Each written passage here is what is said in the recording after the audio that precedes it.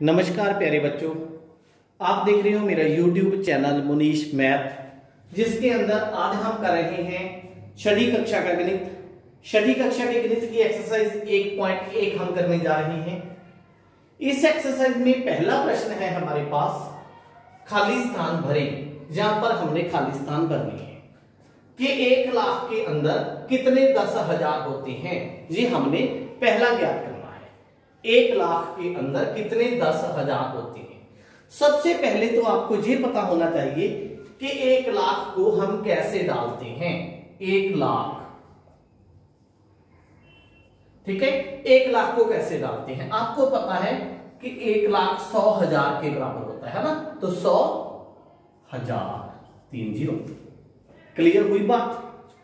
कभी भी आपने लिखना हो कि 1 लाख लिखना है हमने, उसके अंदर कितनी जीरो डलेंगी, ये कैसे पता चलेगा।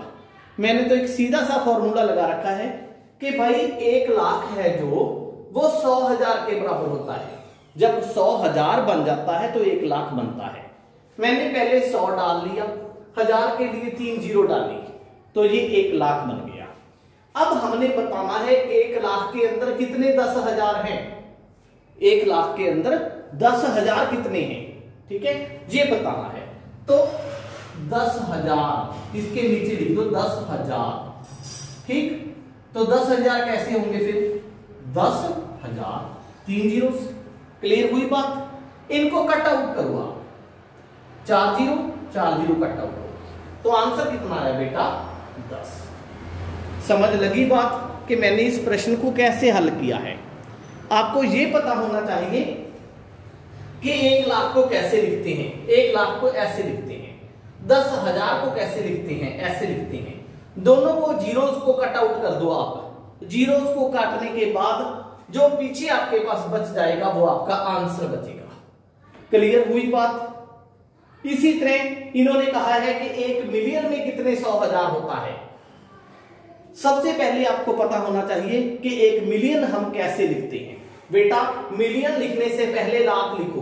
क्यों लिखो, देखो 1 लाख हम लिखते हैं, मैंने आपको बताया है कि 100,000 1 लाख होता है, ठीक है, 100,000 1 लाख होता है। फिर 1 मिलियन में कितने 100,000 होता है, ये बात की बात है। पहले हम 1 मिलियन लिखना चाहते हैं यहां पे, ठीक है। अभी तक मैंने क्या लिखा, 1 लाख लिखा। 1 लाख में 5 जीरो होती है, मैंने लिख ली, 100,000 के बराबर होता है। फिर हमें ये याद रखना पड़ेगा कि 1 मिलियन 10 लाख के बराबर होता है। 1 मिलियन कितने लाख के बराबर होता है, 10 लाख के। तो ये कितने लाख डाला मैंने, 1 लाख डाला, तो 1 जीरो और लगा दो, ठीक है, ये 10 लाख बन गया। 10 लाख बन गया तो ये क्या बना, 1 मिलियन, ठीक, ये 1 मिलियन आ गया मेरा। उसके बाद 100,000, 100,000 हमने लिखना है 100,000। कैसे लिखोगे, पहले 100 लिख लो, फिर 1000, 0 0 0। क्लियर हुई बात। इनको कट आउट करो आप, 5 जीरो है, 5 जीरो के साथ कट आउट हो गई, ठीक है। तो कितना बचा मेरे पास, मेरे पास बचा ये फिर 10 बच गया। तो जहां भी आंसर आपका कितना आ जाएगा, 10 आ जाएगा। क्लियर।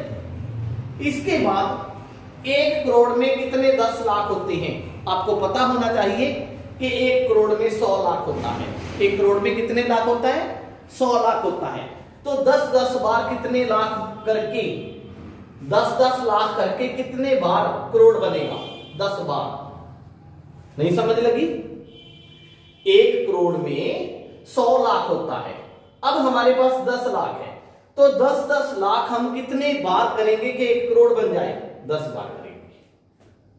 कई बच्चे क्या करेंगे, वो कहेंगे कि सभी का आंसर तो 10 आ रहा है, बस सीधा 10 आंसर लगा दो, बात खत्म। नहीं बेटा, जरूरी नहीं है कि आपसे पेपर में जो प्रश्न है वो 10 के हिसाब से ही पूछा जाए। कुछ और भी आ सकता है आंसर 1000 भी आ सकता है, 100 भी आ सकता है। जितनी जीरो जहां पे बचेंगी उसके हिसाब से आपका आंसर आएगा, ठीक है। तो आपने इसको रट्टा नहीं लगाना है, समझ के करना है इसको। फिर 1 करोड़ में कितने मिलियन होते हैं, आंसर ठीक है, सभी का 10 आ रहा है। 1 करोड़ में कितने मिलियन होते हैं, पहले आप 1 करोड़ लिखो, 1 करोड़। फिर लिखो 1 मिलियन। कैसे लिखोगे? 1 करोड़ कैसे लिखोगे? पहले 1 लाख लिखो 5 जीरो के साथ। 1 लाख आ गया। 1 लाख में, ठीक है, कितने 1 लाख 1 करोड़ के बराबर होते हैं? 100। ठीक है, ये हमारे पास बन गए 1 करोड़। जब आप सिंपल याद रख लो कि 1 करोड़ के अंदर 7 जीरो होती हैं। कितनी जीरो होती हैं? 7 जीरो होती हैं। प्रश्न भी पूछा जा सकता है पेपर में कि 1 करोड़ में कितनी जीरो होती हैं, तो आपने लिखोगे 1 करोड़ के अंदर 7 जीरो होती है। उसके बाद 1 मिलियन, मिलियन में 10 लाख होते हैं। पहले 1 लाख लिखो 5 जीरो के साथ 1 लाख बन गया। हमने लिखना है 10 लाख, 1 जीरो और लगा दो।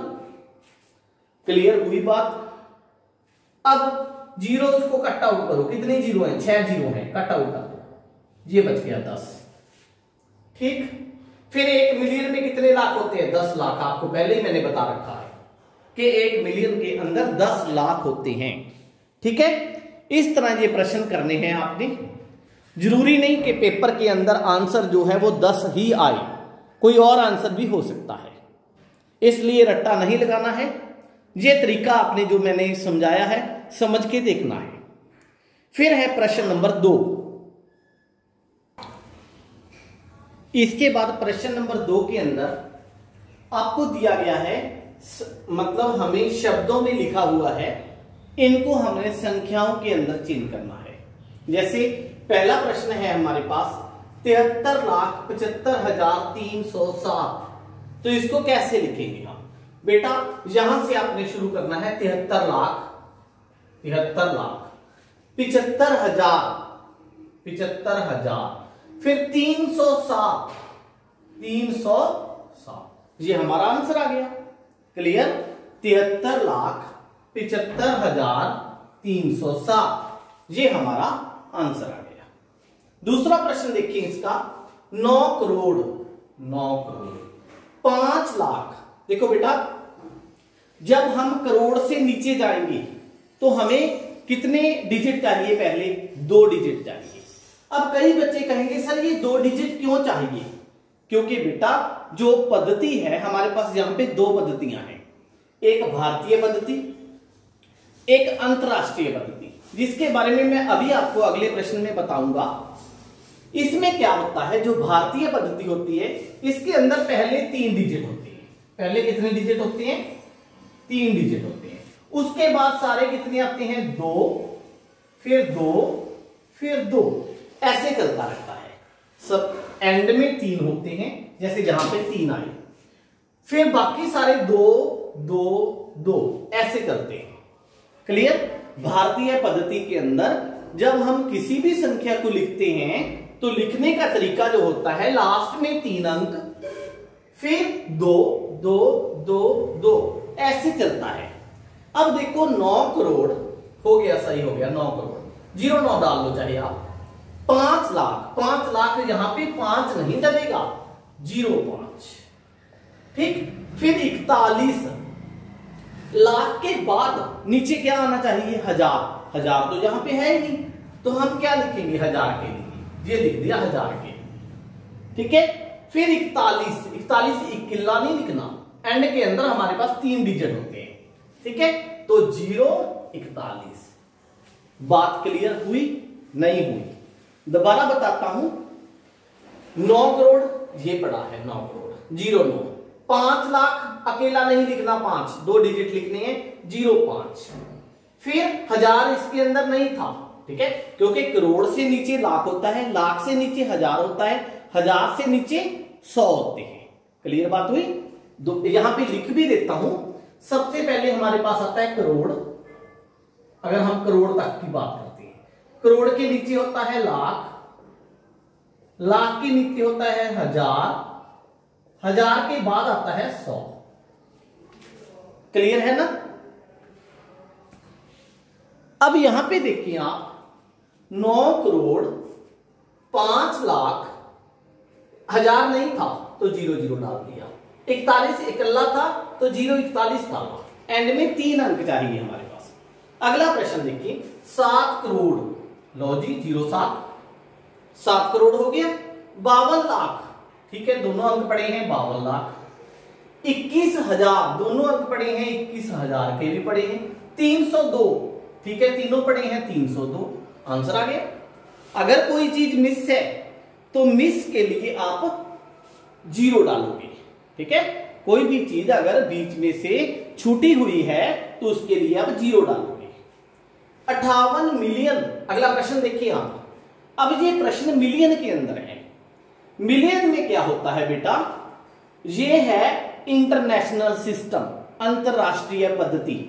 अंतरराष्ट्रीय पद्धति के अंदर यहां पे होता है 3 अंक, 1 2 3, फिर 3 चलते हैं 1 2 3, ऐसे 3 के बंडल बनते हैं यहां पे, ठीक है। तो 58 मिलियन 058, लो जी 3 का बंडल बन गया।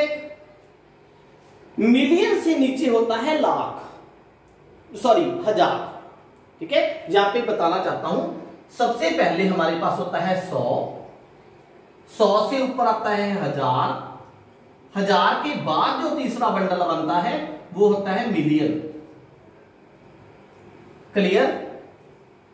ये देखें, मिलियन का आ गया 058। उसके बाद 423,000, ये देखो 3 का बंडल पड़ा है हमारे पास, 423,000।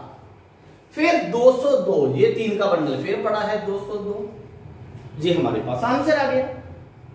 नहीं क्लियर होगा? देखो दोबारा बताता हूं, ये थी हमारी इंडियन पद्धति, भारतीय पद्धति।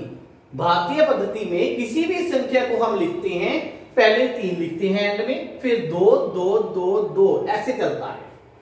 अंतरराष्ट्रीय पद्धति के अंदर पहले 3 आता है, इसको 100 बोलते हैं, फिर 3 आता है 1000 बोलते हैं, फिर 3 आता है मिलियन बोलते हैं, और मिलियन के बाद अगर लिखना पड़ जाए उसको बोलते हैं बिलियन, ठीक है। लेकिन हमारे प्रश्न सिर्फ मिलियन तक ही रहेंगे।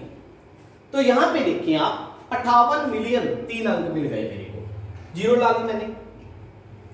423,000 ये पड़े है 3 का बंडल, 202 ये पड़ा है 3 का बंडल, आंसर आ गया। अगला देखिए आप, 23 लाख, 23 लाख, ठीक है। उसके बाद 1000 चाहिए, 30,000, ठीक है। फिर 10 अकेला है तो हम क्या लिखेंगे, 010, क्योंकि लास्ट में मेरे को कितने चाहिए, 3 चाहिए। क्लियर हुई बात? ये था आपका दूसरा प्रश्न एक्सरसाइज 1.1 का। यहां पे मैं दोबारा फिर बताता हूं, 2 तरह की पद्धतियां होती हैं, एक भारतीय पद्धति, एक अंतरराष्ट्रीय पद्धति। इसको डिटेल में एक बार हम और कर लेते हैं, क्योंकि तीसरा और जो चौथा प्रश्न है वो भारतीय और अंतरराष्ट्रीय पद्धति पर ही डिपेंड करता है, ठीक है। देखो बेटा, अब हम बात कर रहे हैं भारतीय पद्धति की और अंतरराष्ट्रीय पद्धति की। संख्याओं को लिखने के लिए 2 तरह की पद्धतियां हैं हमारे पास, एक भारतीय पद्धति, एक अंतरराष्ट्रीय पद्धति। भारतीय पद्धति के अंदर क्या होता है, सबसे एंड में हम 3 डिजिट लिखते हैं। कितने डिजिट? 3 डिजिट लिखते हैं, और इसको बोलते हैं 100। क्लियर? उसके बाद हम लिखते हैं 2 डिजिट, इसको बोलते हैं हम 1000। फिर इसके बाद 2 डिजिट लिखते हैं, इसको बोलते हैं हम लाख। फिर 2 डिजिट लिखते हैं, इनको बोलते हैं हम करोड़। क्लियर हुई बात? पहले 100, फिर 2 डिजिट का 1000, फिर 2 डिजिट का लाख, फिर 2 डिजिट का करोड़। क्लियर? इसके बाद जो अंतरराष्ट्रीय पद्धति होती है, इसमें टोटल सारे डिजिट जितने भी बंडल बनते हैं, इनको हम बंडल समझ सकते हैं, ठीक है। सारे बंडल 3 के बनते हैं। अंतरराष्ट्रीय पद्धति के अंदर पहला बंडल जो हमने बनाया, इसको बोलते हैं 100। कितने का बंडल बनेगा? 3 अंकों का। उसके बाद के 3 अंक जो हैं, इनका बंडल होगा 1000। इसके बाद के जो 3 अंक हैं, इनका बंडल होगा मिलियन। क्लियर? ये थी हमारी अंतरराष्ट्रीय पद्धति। अब हम इनके कुछ प्रश्न करते हैं। मैं तीसरा और चौथा, इसके सभी प्रश्न आपको हल नहीं करवाऊंगा, इनमें से हम कुछ प्रश्न करते हैं। मैं आपके सामने जो डायग्राम है इसको मिटाऊंगा भी नहीं, क्योंकि इसी डायग्राम की हेल्प के साथ हम उन प्रश्नों को हल करेंगे। तो पहला प्रश्न मेरे पास है, जैसे तीसरे का पहला है 8 7 5 9 5 7 6 2। 8 7 5 9 5 7 6 2। ये मेरे पास पहला इन्होंने नंबर दिया गया है।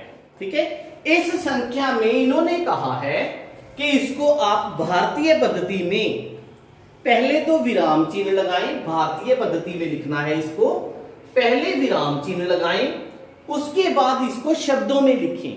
कैसे लिखेंगे? भारतीय पद्धति में मैंने आपको बताया है कि एक बंडल बनेगा लास्ट के 3 का, लास्ट के 3 का एक बंडल, तो यहां पे कॉमा लग जाएगा। दूसरा बंडल 2 का बनेगा, ये लो जी 2 का, फिर 2 का, फिर जितने बच गए, अगर 2 नहीं है तो सिर्फ 1 का ही बच जाएगा। क्लियर? तो कॉमे कहां कहां लगेंगे? यहां पे कॉमा, यहां पे कॉमा, यहां पे कॉमा। पहला जो है वो क्या है? 100, फिर है 1000, फिर है लाख, फिर ये क्या है? करोड़। क्लियर? तो इसका उत्तर क्या आएगा बेटा? बड़ा आसान उत्तर है इसका, 8 करोड़ 75 लाख 95,762। ये आंसर आ जाएगा। बस आपने सिर्फ एक बात का ध्यान रखना है कि भारतीय पद्धति के अंदर आपने बंडल कैसे बनाने हैं, उसी ढंग से आप बंडल बना लो। ठीक है, जिस ढंग से आपको कहा गया है। भारतीय पद्धति है तो भारतीय पद्धति के हिसाब से बंडल बनेंगे, अंतरराष्ट्रीय पद्धति है तो अंतरराष्ट्रीय पद्धति के हिसाब से बंडल बनेंगे। अगर यही प्रश्न हमने अंतरराष्ट्रीय पद्धति में करना होता तो हम क्या करते बेटा? 8 7 5 9 5 7 6 2, ये प्रश्न था हमारे पास। अंतरराष्ट्रीय पद्धति में लास्ट के 3, फिर 2 कॉमे हम यहां पे लगाते। ये था हमारे पास लास्ट वाला 100, उसके बाद 1000, उसके बाद मिलियन। ठीक, तो हमारा शब्दों में आंसर क्या आता? 87,595,762। ये हमारा आंसर आ जाता। क्लियर है? मेरे को लगता है अब आपको कोई भी प्रश्न दिया जाए तो आप उसको भारतीय और अंतरराष्ट्रीय पद्धति के हिसाब से हल कर सकते हो, है ना? कोई और प्रश्न लेते हैं हम। जैसे चौथे का लास्ट है, इन्होंने कहा है 4 8 0 4 9 8 3 1।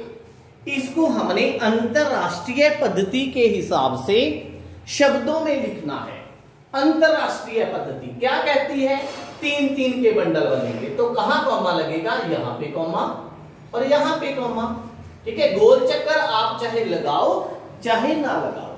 ठीक है, तो फिर ये कॉम यहां पे और सॉरी मैंने गलत कर दिया थोड़ा सा, इसको दोबारा लिखता हूं। 4 8 0 4 9 8 3 1। ये था हमारे पास एक बंडल, 2 बंडल, 3 बंडल। ये कौन है? 100 है, ये है 1000, ये है मिलियन। क्लियर है? कॉमेंट यहां पे लग जाएंगे। तो इसका आंसर क्या आएगा बेटा? 48,49,000, क्योंकि जीरो को हम काउंट नहीं करते। 49,831 ये हमारा आंसर आ जाएगा। ठीक है, तो अब प्रश्न नंबर 3 और प्रश्न नंबर 4 दोनों प्रश्न आपके इस डायग्राम पर डिपेंड करते हैं। अगर आपको ये डायग्राम क्लियर हो गई तो आप तीसरा और चौथा प्रश्न अपनी कॉपी पर हल कर सकते हैं। कई बच्चों के मन में होगा कि हमने कॉपी पर इनका आंसर कैसे लिखना है। तो बेटा कॉपी पर आंसर लिखना होगा उसके लिए आप, अगर आपको भारतीय पद्धति के अंदर कहा गया है ये प्रश्न, सबसे ऊपर आप इस प्रश्न को लिखेंगे, इसकी संख्या लिखेंगे 8 7 5 9 5 7 6 2, ये आपका प्रश्न है। इसके बाद जब आप इसका हल करोगे तो हल के अंदर आप इसके ऊपर गोले मत लगाओ, चाहे सिर्फ कॉमा विराम चिन्ह लगा दो। विराम चिन्ह के बाद ये लिख सकते हो आप, ठीक है। तो फिर उसके बाद आपका आंसर आएगा 8,95,95,762। ये आपका आंसर आपने लिखना है। लेकिन एक बात का ध्यान रहे आपने, जैसे इसका आंसर आपने ऐसे नहीं लिखना कि 8 करोड़, नहीं, क्योंकि अगले ने हमें शब्दों में कहा है, तो शब्दों में हम इसको कैसे लिखेंगे 8 करोड़ फिर 75 लाख, 75 लाख ऐसे करके आपने लिखना है। 95,762, इस तरह आपने आंसर लिखना है, आपने पूरे शब्दों के अंदर। मैंने इसको पूरा नहीं लिखा। तो उम्मीद है आपको ये एक्सरसाइज क्लियर हो गई होगी। इसके बाद हम एक्सरसाइज करेंगे 1.2।